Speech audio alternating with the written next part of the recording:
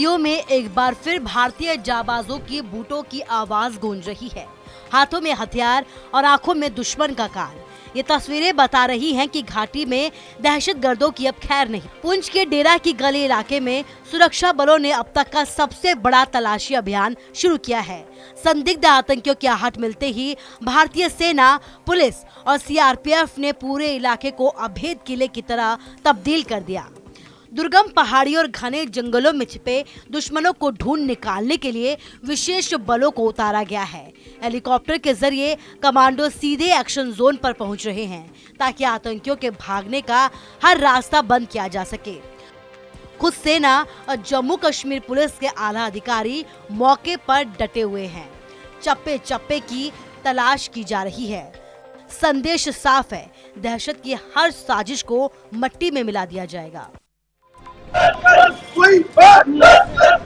जम्मू की सड़कों पर गूंजते ये नारे किसी सियासी दल के नहीं बल्कि उन हाथों के हैं जो पिछले 2 दशकों से विभाग की कायारियों और इमारतों को सींच रहे हैं। ग्रामीण विकास विभाग में कार्यरत ये माली कम चौकीदार आज आर पार की जंग के मूड में है। ग्रामीण विकास विभाग में कार्यरत ये माली कम चौकीदार आज आर पार की जंग के मूड में है। ऑल डेली वेजेस संघर्ष समिति ने इनके समर्थन में मोर्चा खोल दिया है। आरोप है कि विभाग इन्हें कर्मचारी मानने तक को तैयार नहीं है। यकीन करना मुश्किल है, लेकिन इन कर्मचारियों का दावा है कि इनका वेतन पिछले 22 सालों से लंबित है। 2 दशक से बिना सैलरी के काम कर रहे इन परिवारों की माली हालत क्या होगी, इसका अंदाजा लगाना भी डरावना है। वहीं डिजिटल इंडिया के दौर में आज भी इनकी बायोमेट्रिक हाजिरी दर्ज नहीं की गई है। संघर्ष समिति ने प्रशासन को अल्टीमेटम दिया है, या तो 22 साल का हिसाब दो या फिर बड़े आंदोलन के लिए तैयार रहो। छठे दिन भी बडगाम की सड़कें गवाह बनी एक विशाल जनसैलाब की। बहश्त जोहरा पार्क में जुमे की नमाज के लिए हजारों की संख्या में लोग जुटे, लेकिन इस बार इबादत में विरोध की गूंज सबसे तेज रही। जम्मू और कश्मीर अंजुमन शराई शियायान के आह्वान पर हुई इस नमाज के बाद तमाम मानने वालों और प्रदर्शनकारियों का गुस्सा फूट पड़ा। हाथों में ईरान के supreme leader Ayatollah Ali Khamenei की तस्वीरें थामे लोग सड़कों पर उतर आए। बडगाम की हवाएं अमेरिका और इजराइल विरोधी नारों से भरी हुई नजर आईं। प्रदर्शनकारियों का सीधा निशाना डोनाल्ड ट्रंप और बेंजामिन नेतन्याहू थे। लोगों ने दो टूक कहा कि खामनेई के फॉलोअर्स सिर्फ ईरान तक सीमित नहीं बल्कि पूरी दुनिया में फैले हुए हैं। लगातार छठे दिन भी विरोध की ये आग कम नहीं होती दिख रही। स्थानीय लोग इसे अपनी धार्मिक पहचान और अंतर्राष्ट्रीय राजनीति के प्रति अपनी एकजुटता का संदेश बता रहे हैं।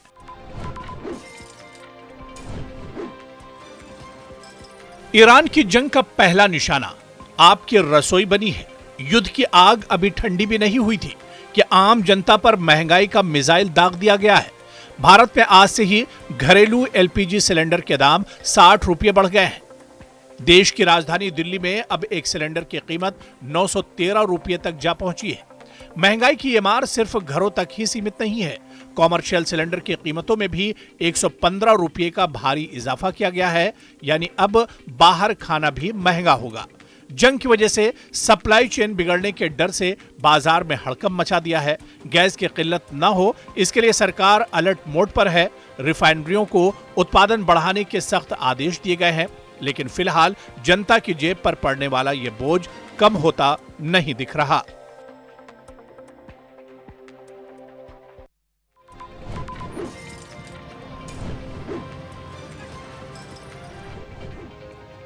लेबनान की राजधानी बेरूत पर इजराइल का अब तक का सबसे बड़ा और घातक प्रहार।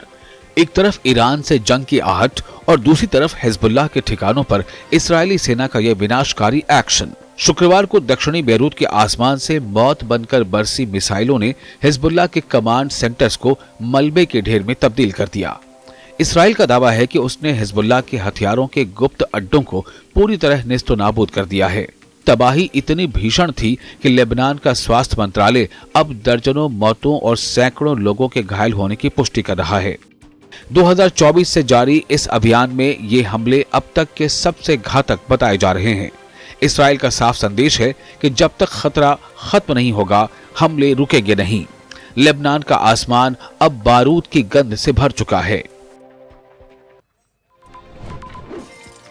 ईरान, अमेरिका और इसराइल के बीच छिड़ी इस जंग के पहले दिन की ऐसी खौफनाक तस्वीरें सामने आई हैं जो पूरी दुनिया को झकझोर देंगी। मासूम स्कूली बच्चे क्लास में थे जब आसमान से बरसते मिसाइलों ने उनकी जिंदगी में अंधेरा भर दिया। ये तस्वीरें ईरान के काज़वीन शहर की हैं।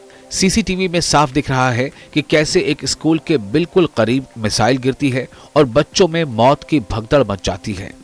लेकिन तबाही का मंजर यही नहीं रुका। दक्षिणी ईरान के मेनाब शहर में हुए हमले ने सारी हदें पार कर दी। मीडिया रिपोर्ट्स के मुताबिक एक स्कूल के पास हुए मिसाइल हमले में 150 से ज्यादा मासूम बच्चों की मौत हो गई है। दावा किया जा रहा है कि यह हमला अमेरिकी सेना ने किया है। हालांकि ईरान की ओर से अभी इसकी आधिकारिक पुष्टि का इंतजार है। लेकिन इस खूनी जंग की पहली शिकार वो मासूम जिंदगियां बनी हैं जिनका इस युद्ध से कोई लेना देना नहीं था। शुक्रवार की नमाज के बाद कश्मीर घाटी के अलग अलग हिस्सों में ईरान के supreme leader ayatollah Syed Ali Khamenei की मौत पर मातमी जुलूस निकाले गए। बडगाम, मगाम, बांडीपोरा और सोनावारी सहित कई क्षेत्रों से आई तस्वीरों में हजारों लोगों का हुजूम सड़कों पर दिखाई दिया।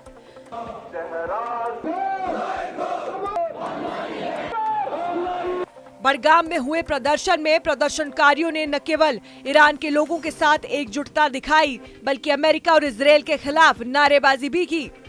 उन्होंने खामनेई की हत्या को आक्रामकता का कार्य बताते हुए अमेरिका और इजरायल की भूमिका की कड़ी निंदा की। वहीं श्रीनगर के सांसद आगा सैयद रहुल्ला मेहदी भी बडगाम में हुए प्रदर्शन में शामिल हुए। उन्होंने जम्मू कश्मीर प्रशासन से अपील की कि शांतिपूर्ण प्रदर्शन में शामिल युवाओं के खिलाफ दर्ज एफआईआर रद्द की जाए और कहा कि लोकतांत्रिक अधिकारों का प्रयोग करने वालों को परेशान नहीं किया जाना चाहिए। गुलमर्ग में ईरान के supreme leader ayatollah Syed Ali Khamenei की शहादत की याद में शांतिपूर्ण विरोध रैली निकाली गई। रैली में हजारों लोग शामिल हुए और इमाम बारगाह यागीपोरा से शुरू होकर मगाम मार्केट तक मार्च किया गया। प्रदर्शनकारियों ने यूनाइटेड स्टेट और इजराइल के हमलों की कड़ी निंदा की और आयतुल्ला खामनेई की शहादत पर रोशनी डाली। रैली ने लोगों में एकजुटता और विरोध का संदेश फैलाया। मेन मार्केट में इकट्ठे हुए लोगों को संबोधित करते हुए आयोजकों ने शांति और भाईचारे का संदेश भी दिया। स्थानीय प्रशासन ने सुरक्षा के पुख्ता इंतजाम किए। अमेरिका और इसराइल के खिलाफ जो बरहमी का इजहार किया जा रहा है और जिस तरीके से अमेरिका ने और इसराइल ने जो जहरियत की है और उन्होंने ईरान में रहबर मौज़ूम आयतुल्ला सैयद अली खामनेई पर हमला किया है और उन्हें शहीद किया है और तब से हमने लगातार देखा है वादी कश्मीर में और दुनिया भर में एहतिजाजी रैलियां, एहतिजाजी जुलूस बना। Jammu Kashmir cricket association fund घोटाला मामले में नेशनल कॉन्फ्रेंस के प्रमुख डॉक्टर फारूक अब्दुल्ला की कानूनी मुश्किलें बढ़ गई हैं। श्रीनगर की चीफ जुडिशियल मजिस्ट्रेट अदालत ने अपने आदेश में कहा है कि रिकॉर्ड में मौजूद सामग्री से फारूक अब्दुल्ला समेत अन्य आरोपियों के खिलाफ प्रथम दृष्टया अपराध सिद्ध होता है। दरअसल एक समय पर फारूक अब्दुल्ला JKCA यानी Jammu and Kashmir cricket association के अध्यक्ष थे। उनके कार्यकाल के दौरान BCCI की तरफ से जम्मू कश्मीर में क्रिकेट को बढ़ावा देने के लिए करीब 113 करोड़ रुपए भेजे गए। जांच एजेंसियों के मुताबिक इन पैसों में से 43.69 करोड़ रुपए से ज्यादा के गबन का आरोप लगाया गया है। आरोप है कि एसोसिएशन के कुछ पदाधिकारियों ने मिलकर फर्जी बिल, अनियमित भुगतान और वित्तीय गड़बड़ियों के जरिए पैसे का दुरुपयोग किया। उप मुख्यमंत्री सुरेंद्र चौधरी ने जम्मू कश्मीर क्रिकेट एसोसिएशन से जुड़े स्कैम के मुद्दे पर भी प्रतिक्रिया दी। उन्होंने कहा कि इस मामले में उन्हें हिंदुस्तान की न्याय व्यवस्था पर पूरा भरोसा है। नीले समंदर की लहरें और सफेद रेत का ये खूबसूरत किनारा, लक्षद्वीप का बंगाराम द्वीप आज एक खास मुहिम का गवाह बना। प्रकृति को सहजने का संदेश अब देश के इस खूबसूरत कोने तक पहुंच गया है। एक पेड़ मां के नाम कैंपेन के तहत केंद्रीय मंत्री डॉक्टर जितेंद्र सिंह ने अपने दिन की शुरुआत बंगाराम द्वीप पर पौधा लगाकर की। जितेंद्र सिंह ने खुद फावड़ा उठाकर मिट्टी खोदी और इस नन्हे पौधे को जमीन में रोपा। रोपण के बाद उन्होंने अपने हाथों से पौधे को पानी दिया और उसकी परवरिश का वादा भी किया। यह सिर्फ एक पौधा नहीं बल्कि प्रकृति के प्रति एक अटूट संकल्प है। प्रधानमंत्री मोदी के आह्वान पर शुरू हुआ ये कैंपेन अब जन आंदोलन बन चुका है।